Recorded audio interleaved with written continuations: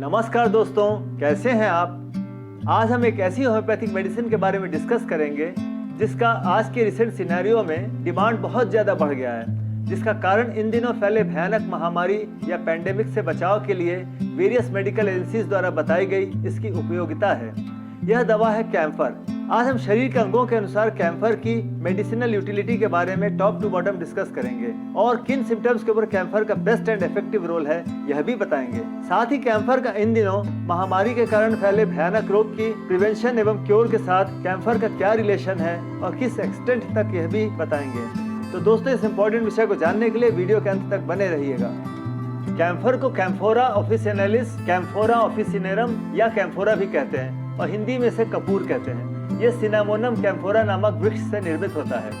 Camphor की उसकी qualities के कारण इसे जीवन रक्षक दवा या लाइफ सेविंग मेडिसिन कहा जाता है। जब रोगी का शरीर एकदम चिल या ठंडा हो जाए, हाथ पांव ठंडे पड़ जाएं, पल्स रेट एकदम स्मॉल और स्लो हो जाए, हाथ पांव का मूवमेंट एकदम शिथिल पड़ जाए, शरीर के किसी पार्ट में ब्लड सप्लाई कम होने के कारण नीला रंग पड़ जाए, फेस और स्किन एकदम ठंडा और पीला हो, पसीने से भीगा रहे, पेशेंट के पैरों में खासकर काफ मसल्स या पिंडलियों में भयंकर क्रैम्प्स हो, पूरे पैर में दर्द होता हो, पेशेंट के सिम्टम्स कन्वर्जन्स या झटके की बीमारी जैसे रोगी के हों, पेशेंट ऐसा लगे जैसे कोमा में आ गया हो, उसका कॉन्शियस लेवल एकदम लो हो, वॉमिटिंग या नौशिया फील हो, ठंडा पसीना आ रहा हो, मरीज का चेहरा पीला पड़ गया हो और पूरे चेहरे पर ठंडा पसीना आ रहा हो, पेशेंट एकदम लास्ट स्टेज में लग रहा हो, ऐसा लग रहा हो कि एकदम सिंक कर जाएगा या कोलैप्स कर जाएगा, उसमें कैम्फर का बहुत बड़ा रोल है और इसके यूज से रोगी इस भयानक कंडीशन से बाहर आ सकता है। इसलिए कैम्फर को इमरजेंसी मेडिसिन भी कहा जाता है। कैम्फर के पेशेंट का एक और मार्क्ड सिम्टम है कि उसका शरीर तो एकदम ठंडा या चिल्ड रहता है, हाथ पैर एकदम ठंडे हो जाते हैं, सुन्न पड़ जाते हैं, पर शरीर के अंदर से लगता है जैसे गर्म हो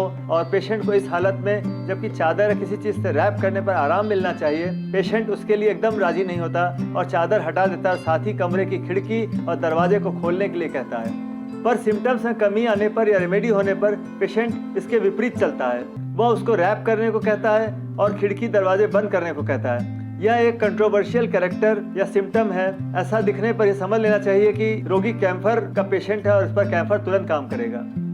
पेशेंट से उसकी बीमारी के बारे में डिस्कस करने पर वो चिंतित होने की जगह कंफर्टेबल फील करता है और राहत महसूस करता है। यह भी एक मार्क्ड सिम्टम है कैम्फर का। अब अलग बॉडी पार्ट्स के सिम्टम्स को कैम्फर के यूज से रिलेट करें तो पहले सिर और ब्रेन आता है। पेशेंट को वर्टाइगो फील होता है, चक्कर आते हैं, डर बना रहता है, मेंटल शॉक के बाद कोलैप्स की स्थिति महसूस होती है। इस समय कैम्फर का बहुत अच्छा रोल होता है और पेशेंट को उसके तकलीफों से छुटकारा दिलाया जा सकता है। किसी सर्जरी के बाद जब पेशेंट का हाथ पैर और पूरा शरीर एकदम ठंडा पड़ जाए, जबरदस्त स्वेटिंग हो रही हो या पसीना आ रहा हो, घबराहट या बेचैनी महसूस हो रही हो, पल्स रेट एकदम स्लो हो और एटॉपिक्स भी हो रहे हो, अर्थात पल्स अचानक स्लो हो जाए और फिर ठीक से चलने लगे, फिर कोलैप्स जैसी स्थिति आ जाए, जैसे लगे कि रोगी अभी खत्म हो जाएगा, तो कैम्फर एक नई जिंदगी दे सकता है। इसलिए इसे जीवन रक्षक दवा भी कहा जाता है या लाइफ सेविंग मेडिसिन कहा जाता है। हार्ट की बात करें तो यह हार्ट रिलेटेड डिजीजेज में बहुत इफेक्टिव रोल प्ले करता है, परंतु साथ ही कैम्फर वाले सिम्टम्स भी होने चाहिए, जैसे बॉडी चिल हो अर्थात शरीर एकदम ठंडा हो गया हो, स्वेटिंग या पसीना हो रहा हो, सीने में स्टर्नम के नीचे जहां हार्ट सिचुएटेड होता है ऐसा लगे सीने और हार्ट पर कोई दबाव डाल रहा हो, पल्स एकदम वीक और स्लो हो, बीपी एकदम लो हो, पेशेंट करीब करीब सबकॉन्शियस हो जाए, दिल डूबता हुआ लगे, एकदम इमरजेंसी केस वाली स्थिति आ जाए, तो कैम्फर का बहुत तेज लाभ होता है। अब यूरिनरी सिस्टम की बात करें तो यूरिनरी इन्फेक्शंस हों, यूटीआई के सिम्टम्स हों, पेशाब या यूरिन निकलते समय बर्निंग सेंसेशन हो, जैसे कैंथेरिस के सिम्टम्स में होता है उसी तरह के लक्षण हो, पर यूरिन का फ्लो कम हो और स्कैंटी हो, तब कैम्फर का बहुत अच्छा योगदान रहता है। जीआई ट्रैक्ट की बात करें तो हैजा या कॉलेरा पेशेंट्स पर इसका प्रूवन इफेक्ट देखा गया है, पर कैम्फर वाले सिम्टम्स भी साथ में होने चाहिए, जैसे बॉडी चिल्स या शरीर का एकदम ठंडा होना, शरीर जैसे सिंक कर जाएगा ऐसा फील होना, कोलैप्स जैसी स्थिति, बार बार स्टूल पास आउट करना, बार बार मल त्याग करना, स्टूल का रंग एकदम चावल के माड़ जैसा सफेद होना, यह एक मार्क सिम्टम है। ठंडा पसीना या पर्सपिरेशन होना, बार बार वॉमिटिंग होना, शरीर में पानी का एकदम कम हो जाना अर्थात डिहाइड्रेशन हो जाना, जिससे पैरों में क्रैम्प्स हो जाता है और पिंडलियों में भयंकर दर्द होता है। ये सब सिम्टम्स होने पर कैम्फर से बहुत लाभ मिलता है और पेशेंट धीरे धीरे एकदम ठीक हो जाता है। चेस्ट या सीने या छाती की बात करें तो ऐसा लगता है जैसे दम घुट रहा हो अर्थात सफोकेशन हो, डिस्पनिया अर्थात सांस लेने में तकलीफ हो, खांसी सूखी हो पर बलगम न निकले, मतलब ड्राई कफ हो, प्रोडक्टिव कफ न हो रहा हो, लंग्स जैसे काम ही न कर रहा हो, तो कैम्फर का बहुत बड़ा रोल है। इसके बाद रेस्पिरेटरी सिस्टम या श्वसन तंत्र की बात करें तो जैसा कि हम बता दें कि रेस्पिरेटरी सिस्टम या श्वसन प्रणाली दो भागों में बटा होता है, एक अपर रेस्पिरेटरी ट्रैक्ट और दूसरा लोअर रेस्पिरेटरी ट्रैक्ट। कैंफर का इस श्वसन प्रणाली पे बहुत बड़ा रोल होता है। अपर रेस्पिरेटरी ट्रैक्ट में इन्फेक्शन आने पर वहीं से ठीक हो जाना चाहिए, परंतु यदि यह इन्फेक्शन लोअर रेस्पिरेटरी ट्रैक्ट में आ जाए या चला जाए तो मामला गंभीर हो जाता है। जब मौसम बदलता है या वेदर चेंज होता है तब फ्लू या इन्फ्लुएंजा होने की संभावना बहुत बढ़ जाती है।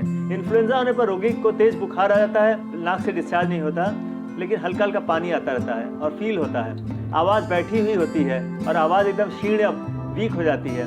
एयर पैसेज में बहुत म्यूकस भर जाता है, सांस लेना मुश्किल हो जाता है, बलगम बहुत बनने लगता है। लैरिंग्स में कंस्ट्रिक्शन या नैरोइंग होने के कारण डिस्पनिया फील होता है।